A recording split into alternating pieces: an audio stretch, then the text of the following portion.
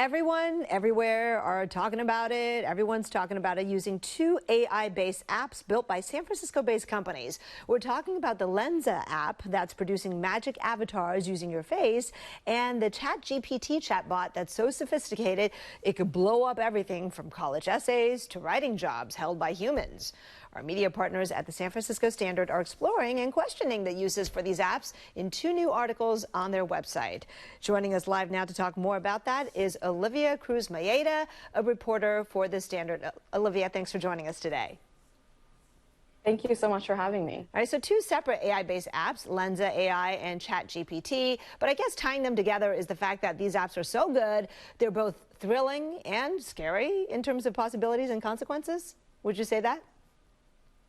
Yeah, we've seen these apps just absolutely blow up on the internet, and there's a lot of concern. There's also a lot of excitement over the potential of what these technologies can do. I think we have to show people so that they could get just how impressive it is. Let's start with Lensa AI. It's art generated by AI, and what does that mean, and how are people using it to create their avatars?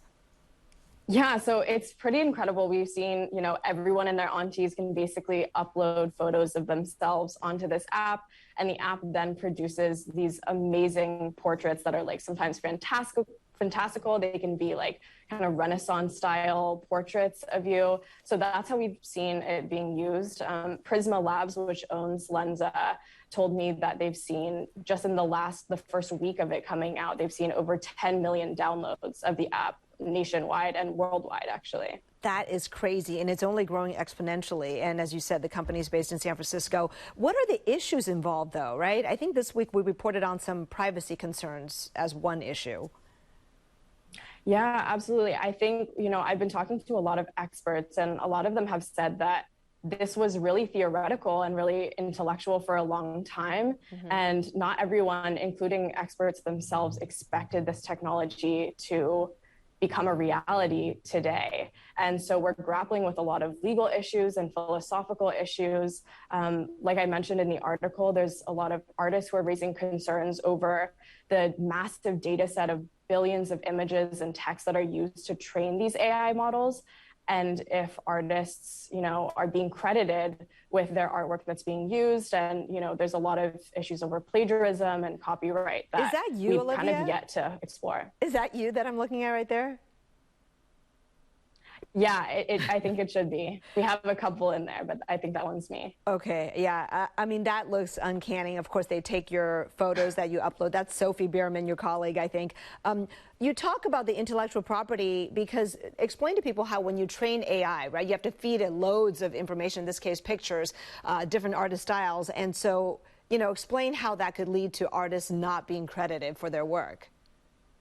Yeah, so when it comes to Lensa AI, that app runs on an AI model called Stable Diffusion. And like I said earlier, Stable Diffusion and all of these other models are trained on huge data sets.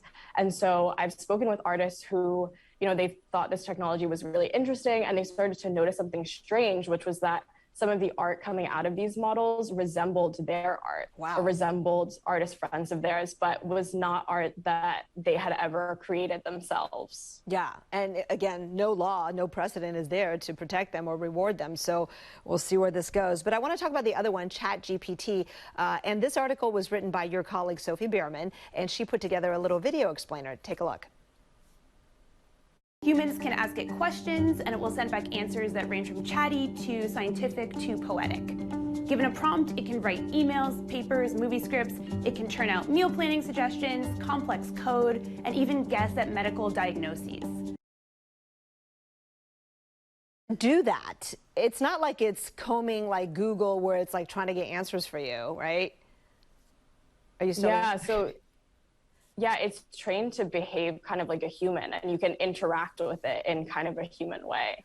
And it writes scarily good. I asked a question about how does Shakespeare express feminism in his plays, and it gave me like a 3-page essay, and it's very well supported.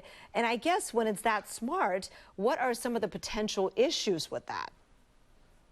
Yeah, I mean, we've seen lawyers kind of looking into this already who are at the forefront of legal battles over this technology. But we've seen it create code. It can be asked to write essays. It can write articles. It can even draw up legal agreements for you. There's even been some instances where you can ask the model to talk in the style of like a deceased loved one, or give you information that, some people argue should not be public information and could be harmful.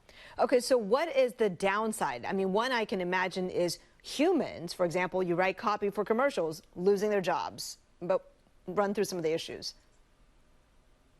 Yeah, that's definitely an issue that's come up since it can create basically anything. And it becomes like a philosophical question also about consciousness and what happens when this AI can create a hit song that's more popular than a lot of other popular songs. All right. And then I also read one article that said that the college essay will be dead because of this, right? Where, hey, you can get the ChatGPT to write your essay about Shakespeare and feminism, or your college application essay. That is crazy, but it's just the tip of the iceberg, isn't it? What is ahead in this great frontier? Yeah, that is really just the tip of the iceberg. And I just keep hearing over and over again from experts in the academic field, technologists, lawyers, and artists that this has huge implications that we might not even fully be able to understand right now. And I've heard that even some of the people working on this technology don't fully understand how it works. So there's definitely a lot of excitement, but there's also a lot of fear and concern over what this means. All right. Olivia, thank you so much for joining us. And you can check out more of the Standard's other original reporting by Olivia and others on their website, sfstandard.com.